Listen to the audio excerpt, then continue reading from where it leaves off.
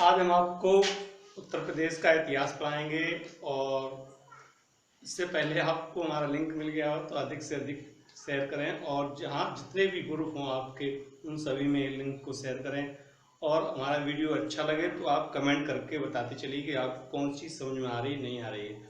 और हमारी बात हुई थी, आज हम आपको इतिहास पढ़ाएंगे उत्तर प्रदेश का। तो उत्तर प्रदेश के इतिहास की बात करते हैं तो ये कहा जाता है कि उत्तर प्रदेश का जो इतिहास है, सबसे पहले हम लोग बात करते हैं कि उत्तर प्रदेश की स्थिति क्या थी। तो कहा जाता है कि गंगा के क्षेत्र में जो स्थित भाग था उसे मध्य देश के नाम से जाना जाता था, लेकिन उसे आधुनिक में उत्तर प्रदेश कहा जाता है। और ये कहा जाता है कि 16 महाजनपदों का जब उदय हुआ था, गौतम बुद्ध के जन्म के कुछ समय पहले ही 16 महाजनपदों का जो उदय हुआ था, उसमें से 8 महाजनपद जो हैं वो यूपी में पड़ते हैं। और उसके बाद अगर वर्तमान की स्थिति की बात करते हैं तो ये कहा जाता है कि उत्तर प्रदेश के जो 8 जनपद थे जिनके वर्तमान में नाम परिवर्तित कर दिए गए हैं, उनके बारे में आज हम आपको बताएंगे। अब बात आती है तो ये कहा जाता है कि हड़प्पा सभ्यता के समय से भारतीय संस्कृति का जब पता चलता है तो उत्तर प्रदेश में 2 स्थान सबसे महत्वपूर्ण माने जाते हैं। एक आलमगीरपुर हिंडन नदी के किनारे है जो मेरठ के पास पड़ता है। यहाँ पर ये हड़प्पा सभ्यता का सबसे पश्चिमी स्थल माना जाता है। हड़प्पा सभ्यता का सबसे पूर्वी स्थल है, सॉरी, आलमगीरपुर हड़प्पा सभ्यता का सबसे पूर्वी स्थल माना जाता है। और मेरठ से भी मेरठ और आलमगीरपुर हिंडन नदी के किनारे पड़ता है, मेरठ में ही पड़ता है, ये गाजियाबाद से लगा हुआ है। तो यहाँ से कई अवशेष मिले हुए हैं। अब बात आती है तो कहा जाता है प्राचीन काल में अगर देखा जाए तो प्रयागराज जिसे वर्तमान में लोग प्रयागराज कहते हैं, इससे पहले इलाहाबाद, यहाँ से भी बहुत सारे अवशेष मिले हैं। सिंगरौली से भी अवशेष मिले हैं, प्रतापगढ़ से भी अवशेष मिले हैं, तो कई जगह से अवशेष मिले हैं। तो कहा जाता है कि यह हड़प्पा सभ्यता के समय की बात है। तो कहा जाता है जब हड़प्पा सभ्यता के समय भी कई जगह से अवशेष मिले हैं, जिसमें पुरा पाषाण काल, नव पाषाण काल, मध्य पाषाण काल से भी अवशेष मिले हैं। लेकिन वर्तमान में अब हम देखते हैं कि जो 16 महाजनपद जो हुए हैं उनमें से अगर बात आती है तो ये कहा जाता है कि 16 महाजनपदों में से 8 महाजनपद उत्तर प्रदेश में पड़ते हैं। और उत्तर प्रदेश में 8 महाजनपदों के नाम की बात करते हैं तो कहा जाता है 16 महाजनपदों में से 8 महाजनपद मध्य देश के नाम से ही पहले उत्तर प्रदेश को जाना जाता था। भारतीय इतिहास में इसे मध्य देश के नाम से भी जाना जाता है। इसे आधुनिक में उत्तर प्रदेश कहा जाता है। कहा जाता है कि 8 महाजनपद में सबसे पहले बात आती है कुरु, जिसे आपने बहुत अच्छे से सुना होगा। कुरुक्षेत्र जिसे कहा जाता है, जिसकी राजधानी इंद्रप्रस्थ को वर्तमान में दिल्ली के नाम से जाना जाता है। तो कहा जाता है कि कुरु महाजनपद मेरठ से लेकर दिल्ली तक ये विस्तृत था, जिसमें हरियाणा भी सम्मिलित कर लिया था। दिल्ली हरियाणा का बॉर्डर लगा हुआ है। और कहता है इसका विस्तृत, जिसकी राजधानी थी इंद्रप्रस्थ, जिसे इंद्रप्रस्थ को वर्तमान में दिल्ली के नाम से जाना जाता था। हस्तिनापुर सुना होगा आपने, कुरुक्षेत्र सुना होगा। तो ये वर्तमान में मेरठ से लेकर दिल्ली तक ये विस्तृत था, जिसकी विस्तृत राजधानी अगर बात करते हैं, जिसकी राजधानी इंद्रप्रस्थ थी। अब बात आती है पंचाल, सुना होगा आपने। द्रौपदी के विवाह की बात भी हुई थी कि द्रौपदी का विवाह कहाँ हुआ है, तो कंपिल में कहा जाता है, जो फर्रुखाबाद में ही पड़ता है, जो उत्तर प्रदेश पुलिस में पूछा गया था। तो ये कहा जाता है पांचाल की बात आती है तो कहा जाता है बरेली बदायूं फर्रुखाबाद क्षेत्र है, जिसका दक्षिणी राजधानी और उत्तरी राजधानी दी गई है। तो ये कहा जाता है अगर वो कभी पूछे तो वर्तमान में पांचाल जो है वो आपका बरेली बदायूं फर्रुखाबाद क्षेत्र जो है उसके बारे में बताया गया। तो कई बार पूछा था। पांचाल घाट कई बार पूछा गया, पांचाल घाट किसने बनवाया था, तो ये संबंधित है वो आपके उत्तर प्रदेश फर्रुखाबाद बदायूं से। बात आती काशी को हर कोई जानता है। काशी को वर्तमान में बनारस कहा जाता है। और काशी से नरेंद्र मोदी संबंधित, जिसे कहा जाता है विश्व का सबसे पुराना शहर जो है वो काशी ही है।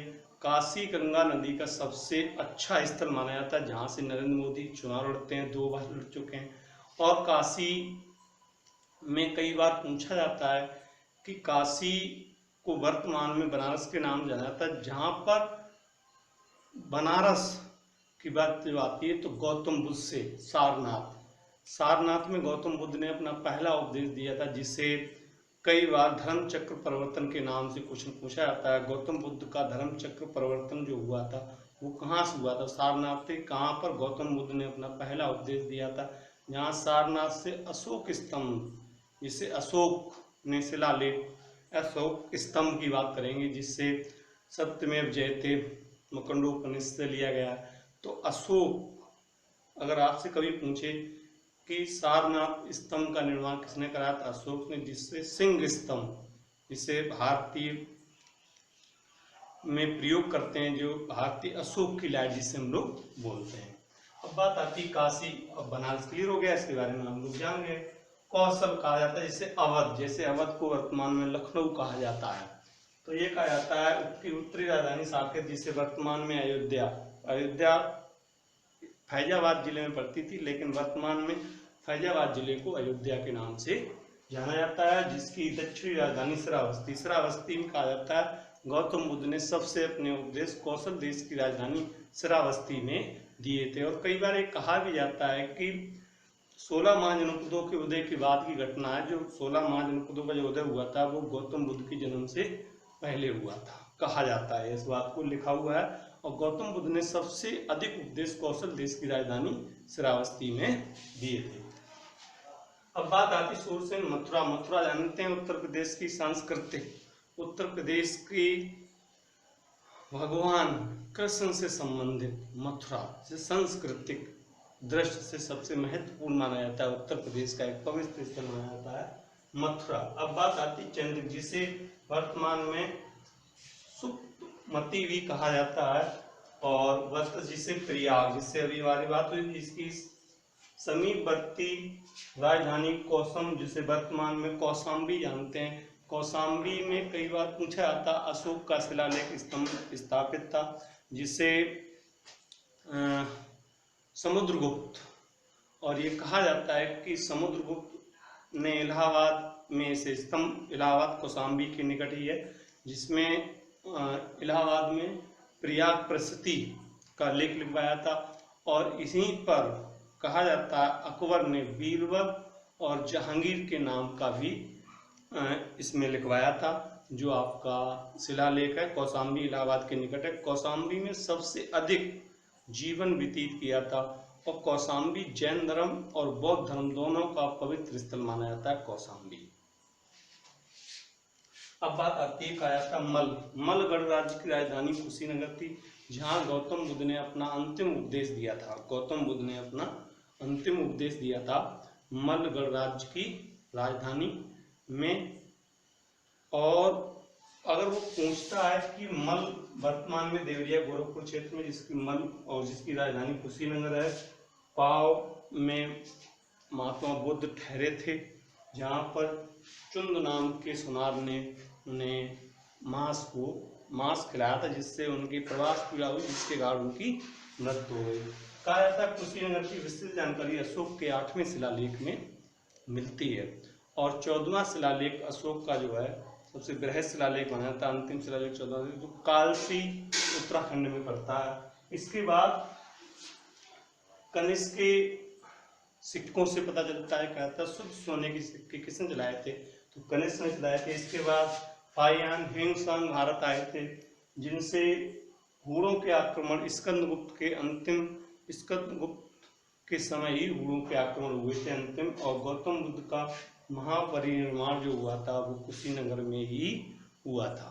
अब बात आती है हमारे इतिहास की बात थी, इसके आगे हम आपको जो इतिहास से संबंधित स्थान है उनके बारे में पूछा जाता है। कई बार क्वेश्चन भी आया हुआ है, तो इस पर हम बात करते हैं। जैसे सहारनपुर सुना होगा आपने, ये प्राचीन स्थलों की बात आती है, तो सहारनपुर में कई बार पूछा जाता है देवबंद दरुल इस्लाम से संबंधित है, और उल्लास जो हड़प्पा सभ्यता का एक स्थल माना जाता है, कई बार ये पूछा गया है। मेरठ की बात हुई थी अभी, सरगाना जो अभी बताया था, बेगम का एक चर्च है, और बाबर द्वारा, सॉरी, मेरठ से ही आपकी बात हुई थी, हड़प्पा सभ्यता के स्थल की बात हुई थी जो हिंड नदी के किनारे अवस्थित है।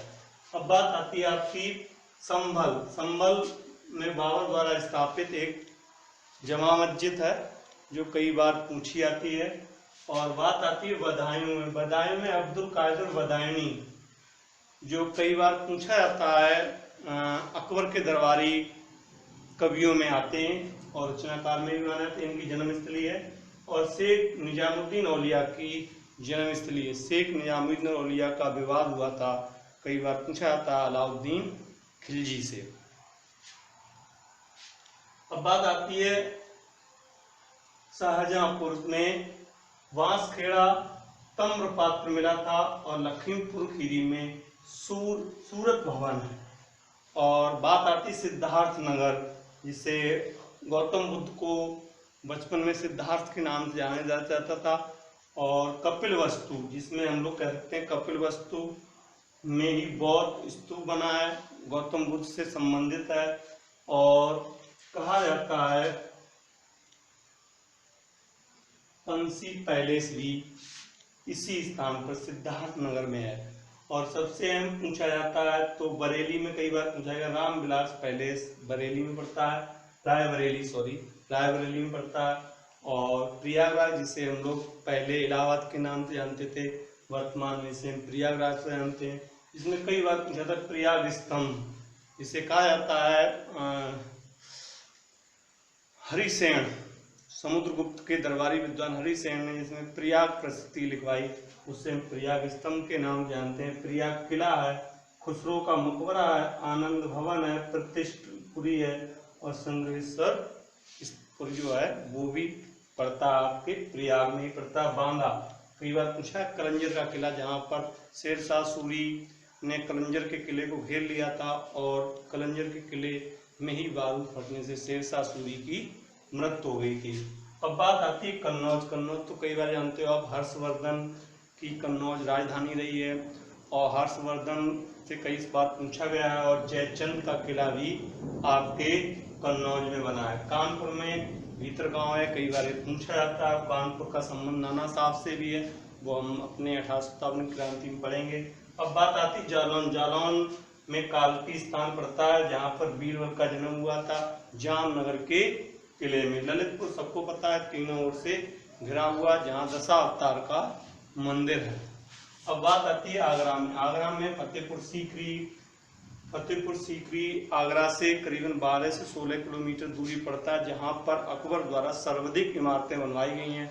फतेहपुर सीकरी में गुजरात गेट पर बुलंद दरवाजे का निर्माण कराया गया। शेख सलीम चिश्ती की दरगाह है, अकबर का मकबरा है, जोधाबाई का मकबरा है, दीवाने खास, दीवाने आम। सबसे ज़्यादा जो इमारतें बनवाई थी वो अकबर ने फतेहपुर सीकरी बनवाई थी, और अकबर के द्वारा ही आगरा के किले का निर्माण हुआ है। और सिकंदरा जगह पड़ती है आगरा में, जहाँ पर बीरबल ने, जहाँ पर जहांगीर ने अकबर का मकबरा बनवाया था। सिकंदरा में अकबर का मकबरा है जो जहांगीर द्वारा बनवाया गया था।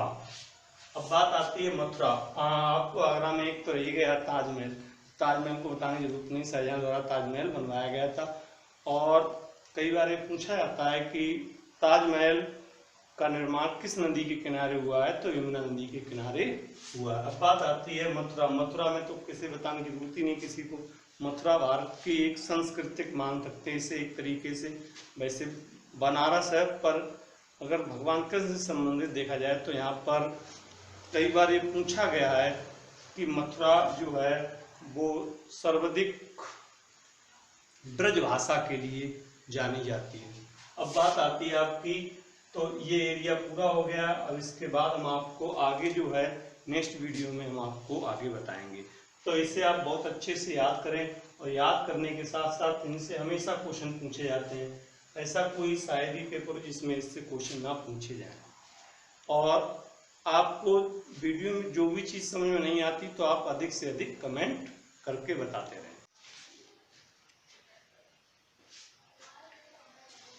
अब आपको उत्तर प्रदेश का नामकरण पढ़ाएंगे। कहा जाता है कि उत्तर प्रदेश को उत्तर प्रदेश नाम जब कहा गया था तो कहा गया था 24 जनवरी 1950 को, और 2018 में उत्तर प्रदेश की स्थापना दिवस मनाया गया था योगी सरकार के द्वारा। और इसे संयुक्त प्रांत से उत्तर प्रदेश से नाम रखा गया। तो डेट थी 24 जनवरी 1950 को।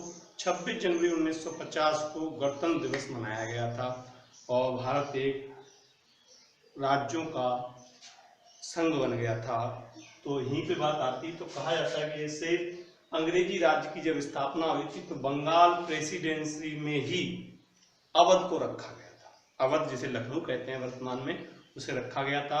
प्रथम चरण में यह घटना हुई थी और इसके बाद ही 1833 में आगरा प्रेसिडेंसी का निर्माण हुआ, जिसे बंगाल प्रेसिडेंसी से अलग कर दिया गया। मतलब बंगाल राज्य से इसे अलग करके और इसे आगरा राज्य मंडल बना दिया गया।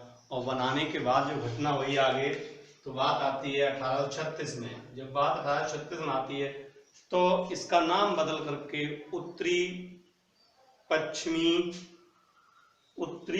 पश्चिमी प्रांत रख दिया गया और इसका मुख्यालय आगरा बना दिया गया। जब इसका मुख्यालय आगरा बनाया गया और इसका नाम बदल कर रख दिया गया था उत्तरी पश्चिमी प्रांत, और मुख्यालय बना दिया गया था इसका आगरा में। अब बात आती है 1856 में डलहौजी की जब हड़प नीति आई तो 1856 में अवध को ब्रिटिश साम्राज्य में मिला लिया गया और कुशासन के आरोप में ही अवध को ब्रिटिश साम्राज्य में मिलाया गया था। कई बार क्वेश्चन पूछा जाता है कि अवध को किस तरीके से ब्रिटिश साम्राज्य में मिलाया गया था डलहौजी की हड़प नीति द्वारा, तो कुशासन का आरोप लगाकर मिलाया गया था। बात आती है 1858 में इस प्रांत का मुख्यालय आगरा से बदलकर इलाहाबाद कर दिया गया था। आगरा से बदलकर कहाँ कर दिया गया था? इलाहाबाद कर दिया गया था।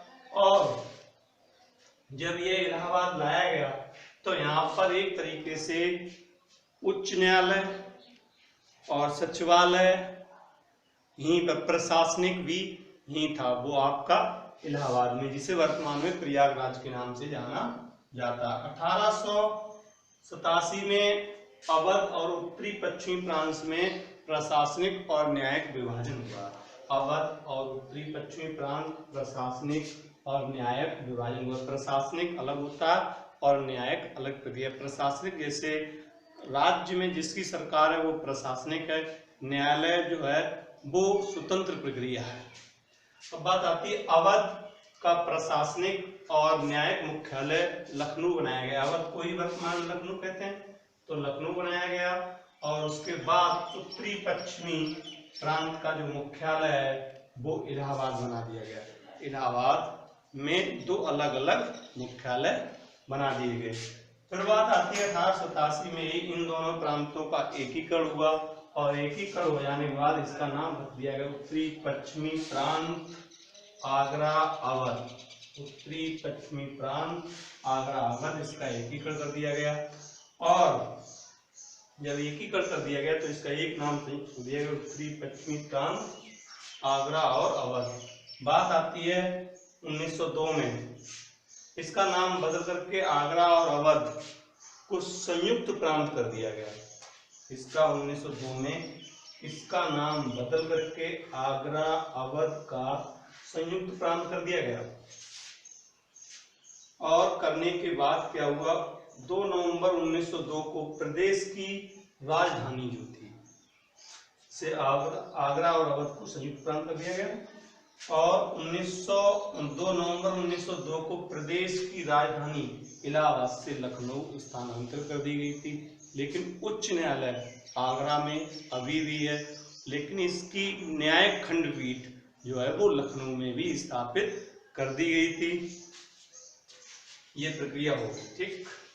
और न्यायिक जो है कहा गया है कि इलाहाबाद से लखनऊ उच्च न्यायालय की स्थापना कर दी। लखनऊ में एक उच्च न्यायालय या न्यायिक खंडपीठ की स्थापना की गई। अब बात आती है 1935 में सचिवालय इलाहाबाद से लखनऊ स्थानांतरित कर दिया गया था। सचिवालय इलाहाबाद से लखनऊ स्थानांतरित कर दिया गया था और लखनऊ को प्रदेश की राजधानी भी घोषित कर दिया गया था। अब बात आती है 1937 में संयुक्त प्रांत को उत्तर प्रदेश जो कह सकते थे, हम लोग कहते थे अवध, आगरा को अब केवल संयुक्त प्रांत के नाम से जाना गया 1937 में। अब बात आती है इसके बाद, अगर आपसे पूछता है कि 1937 के बाद जो घटना हुई है वो घटना हुई है 24 जनवरी 1950। तो हम आपको थोड़ा विस्तार से और बता देते हैं, वो देखिए आप।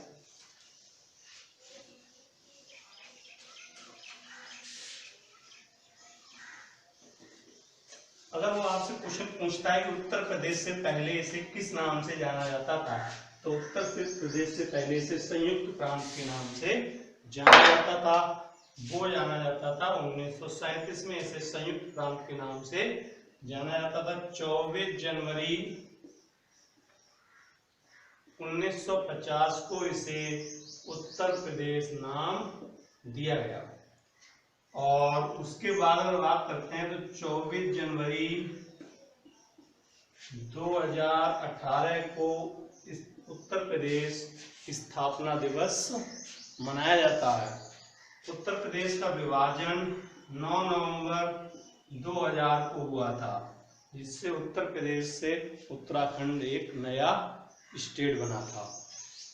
बात आती है, अगर आपसे कभी पूछता है कि अगर क्वेश्चन कभी भी आए तो उत्तर प्रदेश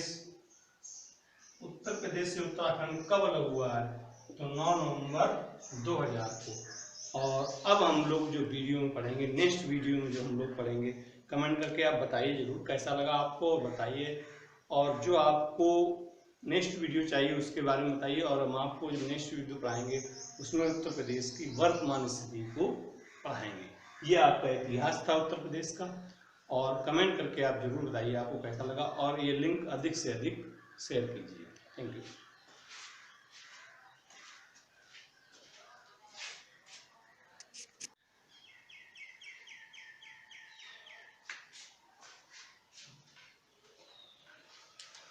तो अब बात आती है, कहा जाता है कि उत्तर प्रदेश के व्यक्ति एवं जिले, मतलब कौन सा व्यक्ति किस जिले से जन्म लेता है, और कहा जाता है कौन सा व्यक्ति की कर्मस्थली है, किस व्यक्ति का जन्म किस जिले में हुआ है।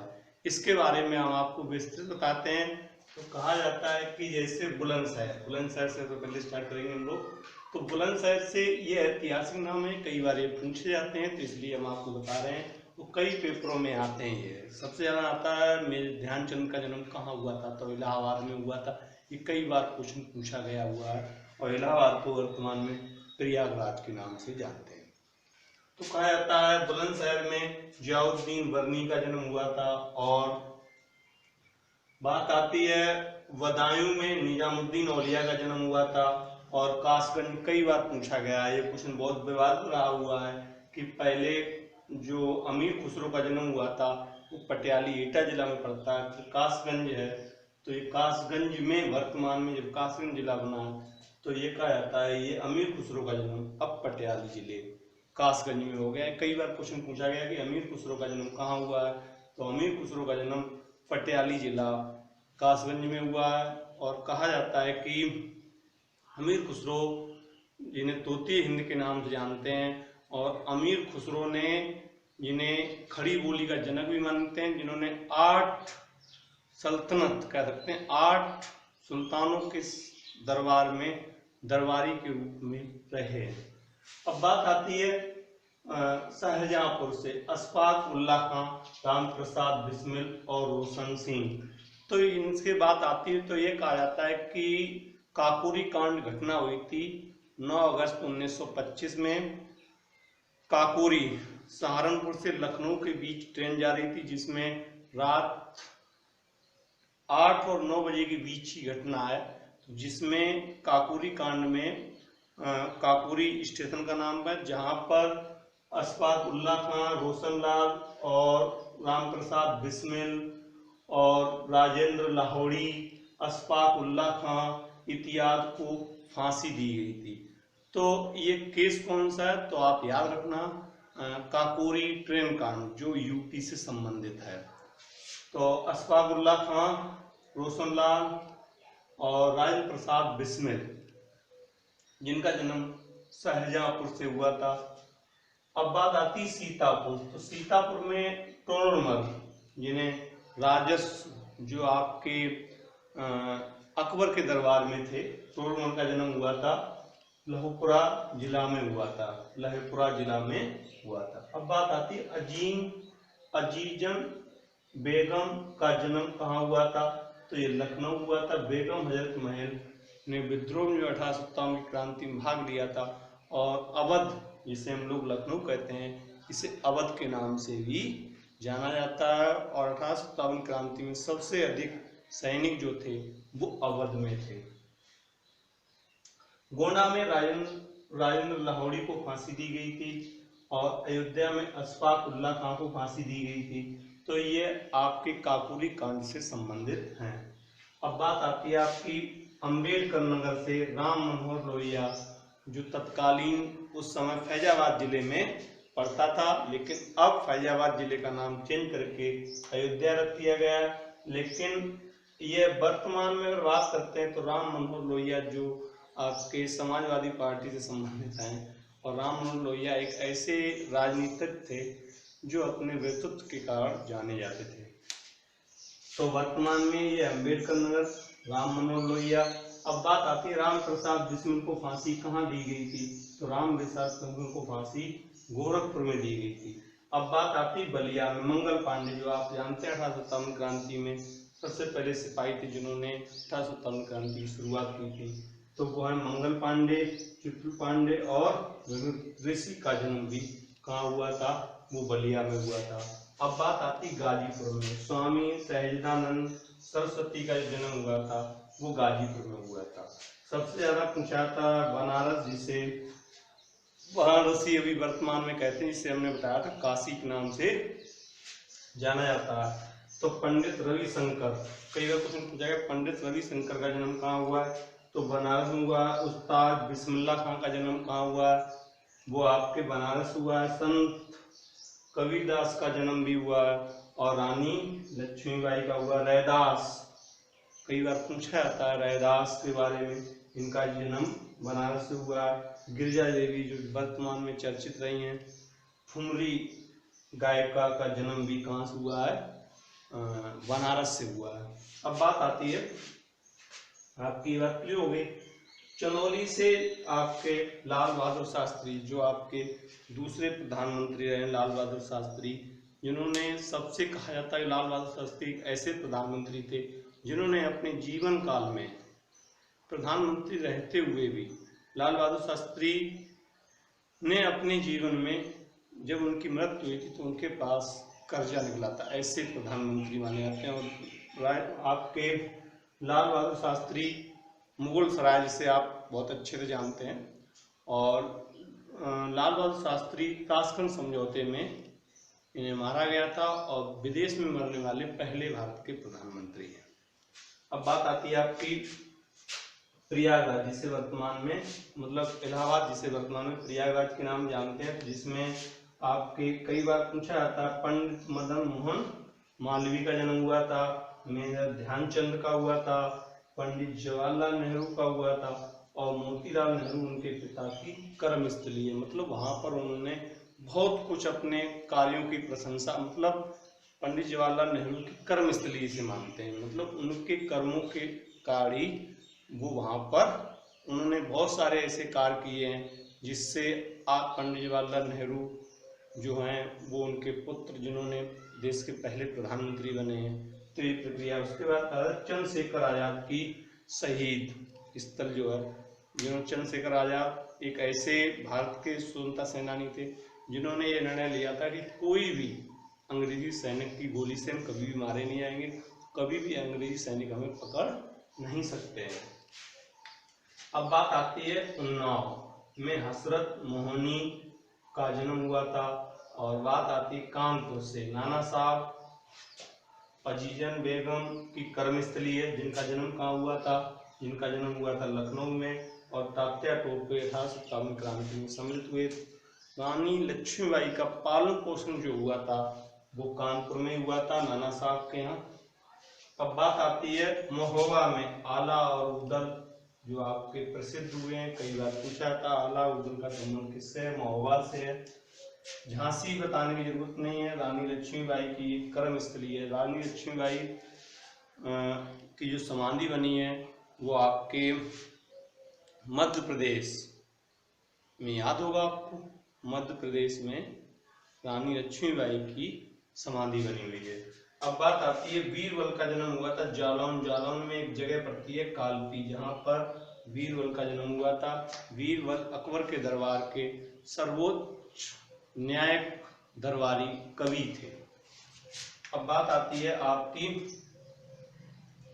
अलीगढ़ से। अलीगढ़ से सर सैयद अहमद खां की कर्मस्थली है, जिन्होंने अलीगढ़ मुस्लिम विश्वविद्यालय की स्थापना भी की है, जिसे इंग्लो ओरिएंटल कॉलेज के नाम से भी जाना जाता है। अब बात आती है आगरा। आगरा कई बार पूछा गया कि आगरा में शेख सलीम चिश्ती, फैजी जो अकबर के दरबारी थे, और अबुल फजल भी अकबर का दरबारी था, जिसे अबुल फजल की हत्या वीर सिंह बुंदेला ने की थी, और अबुल फजल जहांगीर को जब मनाने जा रहे थे।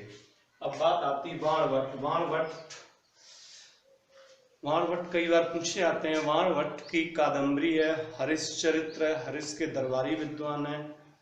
बाणभट्ट किसके दरबारी कवि हैं? तो ये हरिश्चंद्र के हैं, और कहा जाता है हरिश, ये भी कह सकते हैं हम लोग। और हरिश्चरित्र के रचयिता बाणभट्ट हैं, और कादम्बरी का जो आधा भाग है, 1/3 भाग कह सकते हैं हम, बाणभट्ट ने लिखा, शेष भाग इनके बेटे भूषण भट्ट ने लिखा है। तो ये आपको याद रखना है। इसमें सबसे ज्यादा पूछा जाता है मेजर ध्यानचंद। मेजर ध्यानचंद के बाद उसके बाद आपका क्वेश्चन आता है उस्ताद बिस्मिल्लाह खां, और गिरजा देवी, और रानी लक्ष्मीबाई पूछा जाता है, शेख सलीम चिश्ती पूछा जाता है, और अमीर खुसरो पूछा जाता है। वैसे सभी क्वेश्चन अच्छे हैं, सभी पूछे जाते हैं, पर जो ज़्यादा पूछे जाते हैं उनके बारे में हम आपको एक बार दोहरा रहे हैं। मेजर ध्यानचंद पूछा जाता है सबसे ज़्यादा। मेजर ध्यानचंद कई बार पेपरों में आया हुआ है। चंद्रशेखर कई बार पेपरों में आया हुआ है, और उसके बाद अमीर खुसरो कई बार पेपरों में पूछा गया है। अमीर खुसरो के बाद आपका मंगल पांडे भी पूछा जाता है, राम प्रसाद बिस्मिल भी पूछा जाता है, और वाराणसी के जितने भी हैं, रविशंकर उस्ताद, कबीर भी पूछा गया, रानी लक्ष्मीबाई पूछा गया, रैदास विजय भी पूछे गए हैं, और बीरबल का भी पूछा जाता, रानी लक्ष्मीबाई की भी झांसी से पूछा जाता, और शेख सलीम चिश्ती का भी पूछा जाता, और बाणभट्ट का भी पूछा जाता है। ये बहुत ही जरूरी है। मंगल पांडे आप याद रखना, ये बहुत ही जरूरी क्वेश्चन कई बार पूछे गए हैं, तो आप इन्हें याद रखना। वैसे आपके लिए सभी जरूरी हैं, और ज़्यादा से ज़्यादा कमेंट करके बताइए कि आपको कौन सा समझ में नहीं आया। अगर आया है तब भी कमेंट करिए, नहीं आया तब भी कमेंट करके बताइए।